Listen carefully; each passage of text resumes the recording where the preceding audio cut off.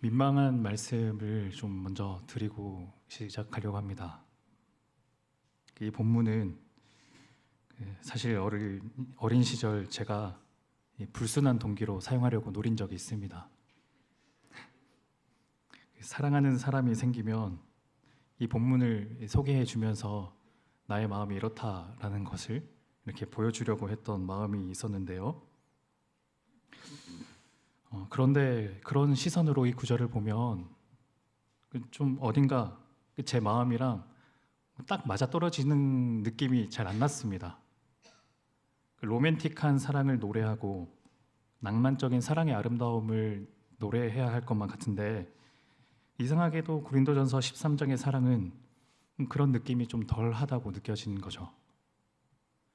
오래 참고 온유하며까지는 괜찮은 것 같지만 시기하지 아니하며 자랑하지 아니하며 교만하지 아니하며 사랑하는데 자랑은 안 하는데 교만도 안 하는데 그러다가도 무례히 행하면 안 되지 성내면 안 되지 자기 유익만 구하면 안 되지 어떤 부분은 제 심정 같다가도 또 어떤 부분은 딱 맞아 떨어지지 않는 것만 같고 성경과 사랑에 무지한 제가 오랜 시간 동안 이 본문에 대해 착각했던 제 사적인 역사였습니다.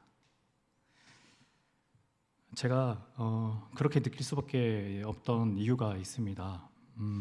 고린도전서 13장은 그 자체로 사랑을 주제로 쓴 독립적인 산문시이긴 하나 또 그와 함께 간과되어서는 안 되는 것이 이 고린도 전서의 맥락 안에 놓여 있다는 거죠.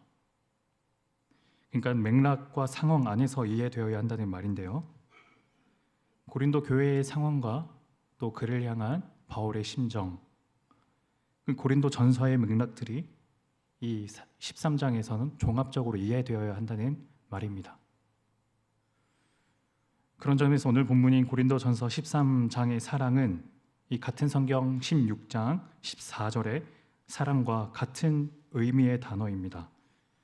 고린도전서 16장 14절 너희 모든 일을 사랑으로 행하라. 이 사도 바울에게 사랑은 그리스도 예수를 통해 하나님이 보여주신 토대임이 틀림없지만 적어도 고린도 교회에게 보내는 이 편지에서 이 고린도전서 13장에 기록된 이 사랑은 실천적이고 윤리적인 단어입니다. 어떤 정서나 감성적인 달콤함이 아니라 구체적인 행동을 촉구하는 데 의미가 있는 거죠. 특정한 누군가만 나누는 내밀하고 개인적인 것이 아니라 그리스도의 사랑으로 연결된 교회인 우리가 이 타인을 어떻게 섬겨야 할지를 보여주는 말씀이라는 의미입니다. 그러므로 사랑은 바울의 표현처럼 하나의 길입니다. 고린도전서 12장 31절 너희는 더욱 큰 은사를 사모하라 내가 또한 가장 좋은 길을 너희에게 보이리라. 신령한 은사에 대해 고린도전서 12장에서 설명했던 바울은 그 은사가 무엇에 토대를 두어야 하는지 또 무엇을 발판으로 딛고 서야 할지에 대해 선명한 비유로 말하죠. 사랑은 최고의 은사나 가장 좋은 은사가 아닙니다. 사랑은 가장 좋은 길입니다. 길이라는 것은 근거를 의미하죠. 모든 은사들이 적절하게 사용되고 쓰임받게 해주는 삶의 방식을 의미합니다. 이 문장을 달리 표현하면 사랑이 선행의 의미를 보증한다라고도 말할 수도 있을 겁니다. 고린도전서 13장 1절에 나오는 방언과 지식은 고린도 교회 교인들이 특별히 좋아하는 은사들이었습니다. 고린도 교회 성도들은 이 방언을 천상의 존재들이 사용하는 언어라고 생각했는데요. 방언을 할 줄 안다는 것은 곧 천상의 존재, 가장 궁극적으로는 하나님이겠죠. 하나님과 막힘없는 대화, 신령한 대화가 가능한 특권을 지녔다는 자부심도 방언을 할 줄 안다는 사람에게는 있었을 겁니다. 하지만 그 방언을 사용할지라도 그 사랑이 사랑이 그 안에 토대가 되어 있지 않는다면 소리 나는 구리, 울리는 꽹과리에 불과합니다. 바울은 여기에서 이 구리라는 표현을 썼는데 당시 고린도는 구리 생산으로 유명한 곳이었습니다.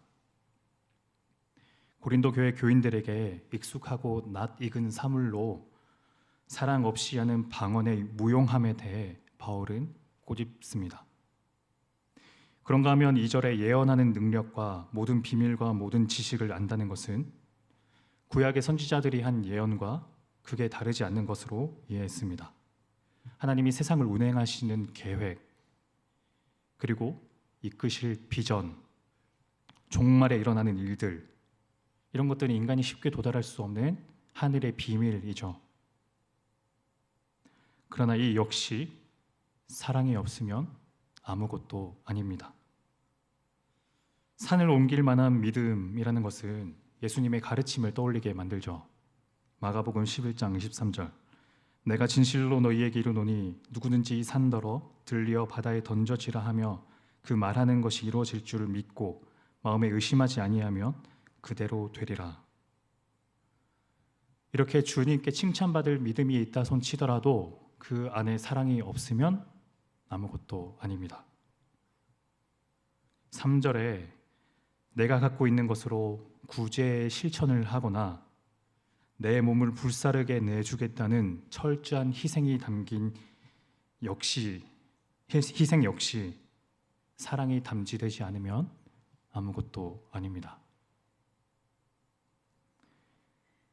1절에서 3절까지 이 사랑이 없으면 아무것도 아니라는 것을 쭉 말한 바울은 이제 4절에서부터 그 유명하고 요려한 이 사랑 시를 말합니다. 사랑은 오래 참고 사랑은 온유하며 시기하지 아니하며 사랑은 자랑하지 아니하며 교만하지 아니하며 무례히 행하지 아니하며 자기의 유익을 구하지 아니하며 성내지 아니하며 악한 것을 생각하지 아니하며 불의를 기뻐하지 아니하며 진리와 함께 기뻐하고 모든 것을 참으며 모든 것을 믿으며 모든 것을 바라며 모든 것을 견디느니라. 이 본문을 보면서 재미있는 점은 사랑에 대한 부정 표현인 이 시기하지 않으며라는 이 등등의 이 표현이 고린도 교회 교인들의 행동에 대해 바울이 고린도 전서에서 이미 지적한 내용과 좀 맞닿아 있다는 사실입니다. 고린도전서 3장 3절, 너희는 아직도 육신에 속한 자로다. 너희 가운데 시기와 분쟁이 있으니 어찌 육신에 속하여 사람을 따라 행함이 아니리요. 당시 고린도 교회에서 일어났던 아볼로와 바울을 두고 파당을 짓고 분열을 하며 분쟁하던 교인들의 행태에 대해 바울이 지적한 대목이죠. 자랑도 마찬가지입니다. 고린도전서 1장 28절 29절, 하나님께서 세상에 천한 것들과 멸시받는 것들과 없는 것들을 택하사 있는 것들을 폐하려 하시나니 29절, 이는 아무 육체도 하나님 앞에서 자랑하지 못하게 하려 하심이라. 교만도 마찬가지입니다. 고린도전서 8장 1절, 우상의 재물에 대하여는 우리가 다 지식이 있는 줄을 아나 지식은 교만하게 하며 사랑은 덕을 세우나니. 당시 소위 지식 있는 자들은 그 자유함을 연약한 자들에 대한 배려 없이 사용했습니다. 우상은 아무런 실체가 없는 헛된 것이므로 우상에게 바쳐진 재물 역시 어떠한 영적 효력도 지니지 못한다는 것을 알았던 지식 있는 자들은 이 믿음이 연약한 자들에 대한 배려 없이 그것을 마음껏 먹거나 했죠. 그러나 그런 그들의 자유함으로 인해 연약한 자들은 시험에 빠졌습니다. 그들의 지식으로 인한 교만을 바울이 지적한 거죠. 무례히 행한다라는 것은 그 의미를 거슬러 올라가면 실제로는 아주 수치스러운 행위를 가리키는 표현입니다. 로마서 1장 27절, 그와 같이 남자들도 순리대로 여자 쓰기를 버리고 서로 향하여 음욕이 부릴 듯하며 남자가 남자와 더불어 부끄러운 일을 행하여 그들의 그릇됨에 상당한 보응을 그들 자신이 받았느니라. 이 성적 타락 또한 고린도전서에서 또 나왔던 주의 만찬에서 가난한 이들을 부끄럽게 만드는 일, 등은 사랑에 반대되는 부끄러운 행동, 무례한 행동입니다. 자기를 구하지 않음은 바울이 10장 24절에서 우상의 제물을 언급할 때 사용했던 표현인데요. 10장 24절, 누구든지 자기의 유익을 구하지 말고 남의 유익을 구하라. 그리고 사랑은 이런 것이라는 듯이 10장 33절에서 바울은 이렇게 말합니다. 나와 같이 모든 일에 모든 사람을 기쁘게 하여 자기 자신의 유익을 구하지 아니하고 많은 사람의 유익을 구하여 그들로 구원을 받게 하라. 그러니까 사랑에 있는 지식은 자신을 교만하는 데 쓰이지 않고 타인을 고려하고 그를 위해야 함을 바울은 말합니다. 그 다음에 나오는 성내지 아니하며 그리고 악한 것을 생각하지 아니하며는 딱 맞아 떨어지는 구절은 없지만 뿌리 깊은 죄성과 또 파당과 분쟁이 일어나던 교회의 상황에 대해 지적하는 것으로 고린도 교회의 성도들은 이 문장을 받아들였을 겁니다. 이 두 문장은 이렇게도 번역 가능합니다. 쉽게 분노하지 않으며 그리고 악을 기억해 두지 않습니다. 잘못을 생각하지 않겠다, 망각하겠다라는 의미죠. 여기까지 살펴보면 무척 당연한 얘기이긴 하나 이런 구절들은 이 고린도 교회에만 해당되는 것이 아니라 시간을 훌쩍 뛰어넘어 오늘날 우리 교회, 우리 공동체에도 대입할 수 있는 직접적인 또 적절한 지표가 될 겁니다. 저희 교회, 저희 공동체는 서로를 오래 참고 또 서로를 향해 온유하십니까? 시기하거나 자랑하지 않고 교만하지 않는데 성공하십니까? 수치스러운 일을 저지르거나 자신의 유익만을 생각하지 않고 쉽게 분노하거나 또 서로를 향한 원한을 오래 품고 있지 않습니까? 그러니까 저희들에겐 사랑이 작동되고 있습니까? 그런데 오늘 본문을 사랑의 윤리적인 특성, 실천적인 면모만으로 이해하는 것은 좀 어딘가 부족하게 느껴집니다. 본문에는 사랑이 신적 기원을 갖고 있으며 하나님의 흔적이 어른거리고 있음이 느껴지기 때문인데요. 사랑을 말하는 4절에서 가장 먼저 나오는 오래 참고 그리고 온유하며 라는 것은 하나님의 속성이기도 합니다. 로마서 2장 4절, 아니면 하나님께서 인자하심을 베푸셔서 그대를 인도하여 회개하게 하신다는 것을 알지 못하고 오히려 하나님의 풍성하신 인자하심과 너그러우심과 오래 참으심을 업신여기는 것입니까? 오래 참으심과 온유하심은 하나님이 죄인에게 보여주시는 성품입니다. 그래서 사랑에 관해 이 고린도전서 13장 7절의 문장이 가능합니다. 모든 것을 참으며 모든 것을 믿으며 모든 것을 바라며 모든 것을 견디느니라. 여기에 이 참고 견디는 것은 단지 인내라는 특성만 있지 않습니다. 여기에는 시간성도 들어 있습니다. 시간의 압박을 견딘다는 것이죠. 그런 점에서 이어 나오는 8절의 표현은 사랑의 시간성이 무엇인지를 의미합니다. 세 번역으로 읽겠습니다. 함께 읽겠습니다. 사랑은 없어지지 않습니다. 그러나 예언도 사라지고 방언도 그치고 지식도 사라집니다. 사랑의 시간성은 영원입니다. 영원은 무한한 시간이라기보다 시간의 바깥이라는 개념입니다. 인간의 이성으로 파악할 수 없는 시간, 하나님에게만 속한 시간이죠.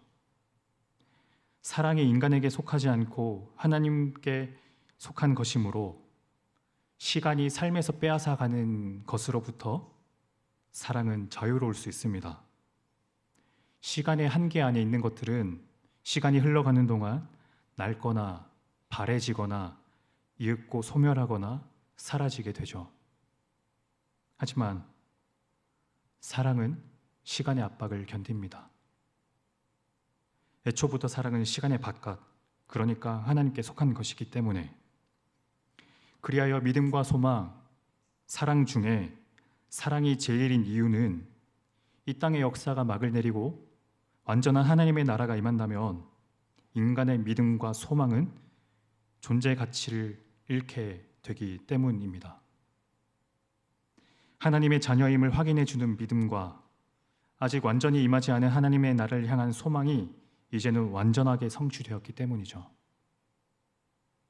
하지만 사랑은 그 나라에서도 여전히 하나님과 우리가 관계 맺는 방식입니다. 그리고 그 사랑은 하나님에 대한 완전한 알을 가져다 줄 거라고 바울은 말합니다. 12절, 우리가 지금은 거울로 보는 것 같이 희미하나 그때에는 얼굴과 얼굴을 대하여 볼 것이요 지금은 내가 부분적으로 아나 그때에는 주께서 나를 아신 것 같이 내가 온전히 알리라. 하나님이 사람에 대해 아시는 것만큼이나 우리도 하나님께 대해 환하게 알게 되리라는 것. 사랑이 그것을 가능하게 만듭니다. 이처럼 사랑이 영혼에 맞닿아 있다는 것은 이런 생각도 하게 만듭니다. 사랑은 하나님 당신이 이 땅에 자신을 계시하는 특성이라고요. 요한일서 4장 16절에서 말하듯 하나님이 사랑이시기 때문입니다.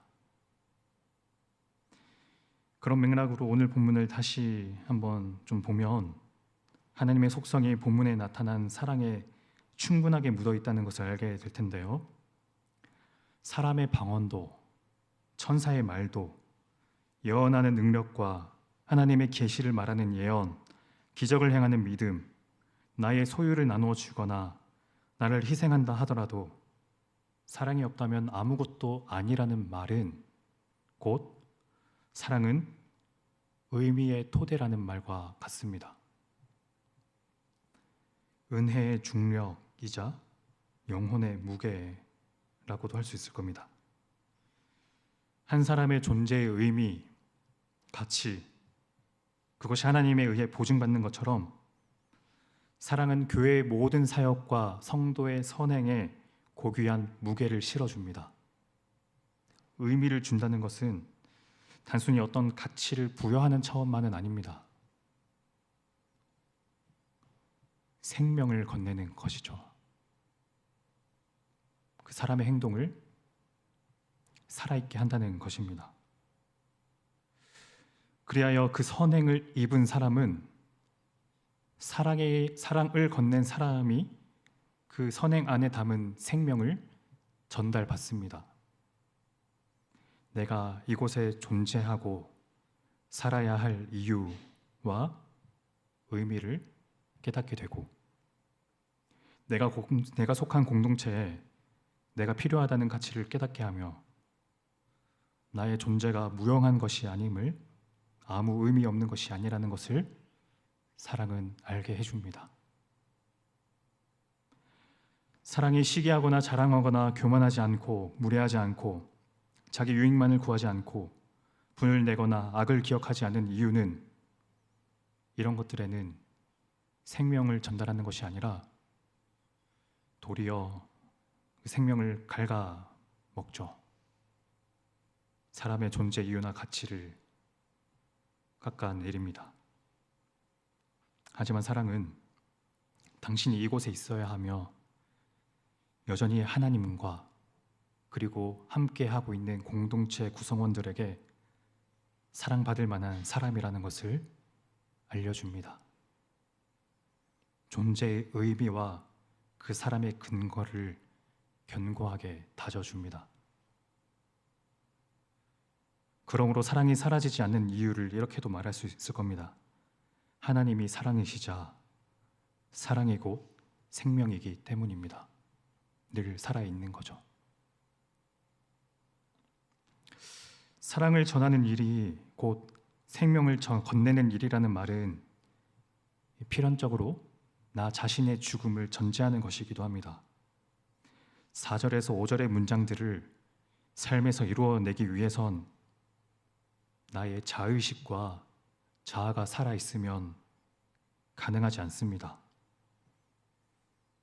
나의 자존심을 세우거나 나의 존재 가치를 입증하는 일보다, 내가 이룬 성취를 자랑하는 일보다 고귀한 것은 타인을 세우고 그가 우리 공동체에 존재함으로 인한 유익이 얼마나 큰지를 발견해주고, 그리하여 그가 여전히 살아있어도 좋다는 생각을 갖게 만드는 일, 그러니까 나의 죽음으로 너를 살리는 일, 예수님이 우리에게 보여준 사랑의 표본이기도 합니다.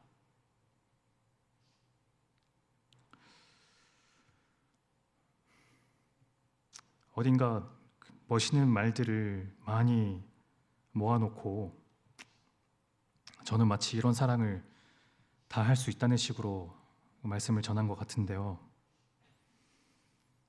사실 제가 가장 자신이 없는 영역 중에 하나가 바로 사랑입니다. 겉으로는 부드럽게 보일지 모르나 속에서는 분노와 의심, 질투심과 욕망이 가득한 채로 제가 돋보이고 드러나기를 원하는 마음이 여전히 남아 있습니다. 너를 세우고 살리는 일보다 나의 일신을 확보하고 편한 것을 추구하면서 나 자신을 향해 몰두하고 있습니다. 이런 고백을 하면서도 저는 제가 진솔한 사역자로 드러나기를 원하는 마음이 있습니다.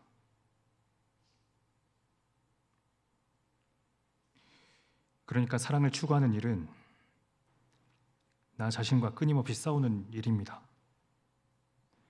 나의 욕망과 나의 분노와 나 스스로가 중요하고 가치 있는 사람이고 싶은 마음보다 내가 관계 맺고 연루된 사람들을 살리는 일을 더 중요하게 생각하는 마음,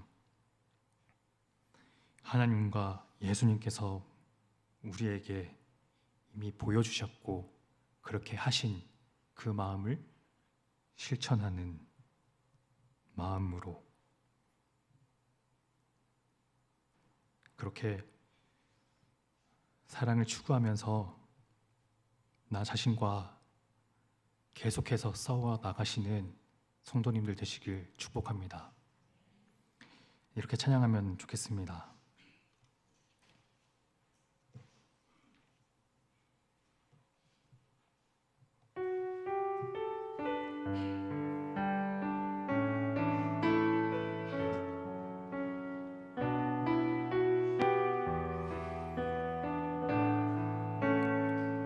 여호와는 내 편이시라.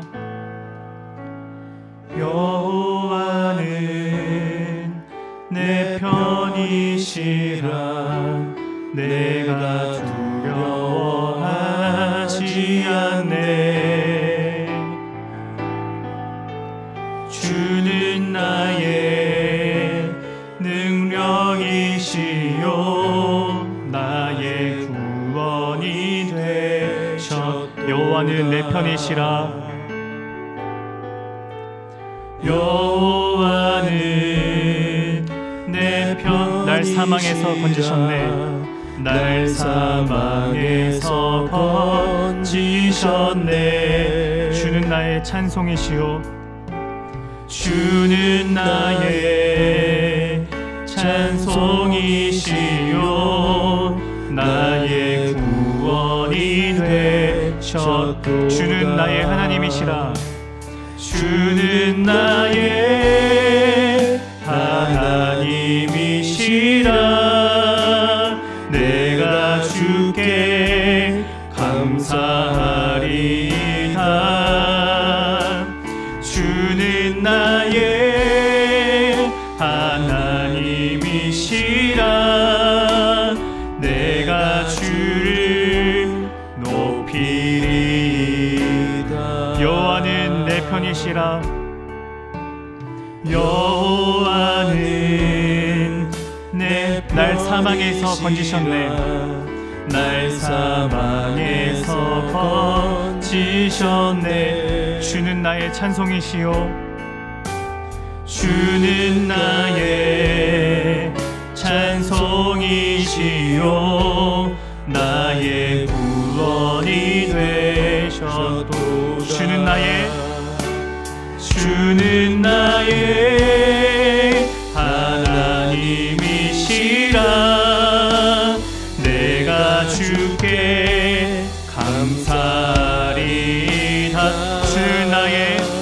주는 나의 하나님이시라.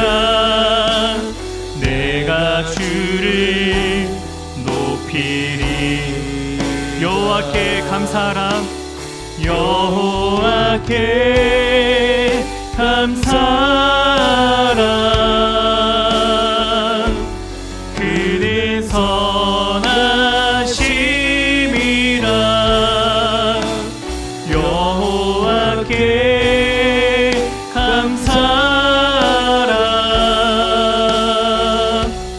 그의 인자가 영원함이로. 주는 나의 하나님이시라. 주는 나의 하나님이시라. 내가 주께 감사하리다. 주는 나의 하나님이시라.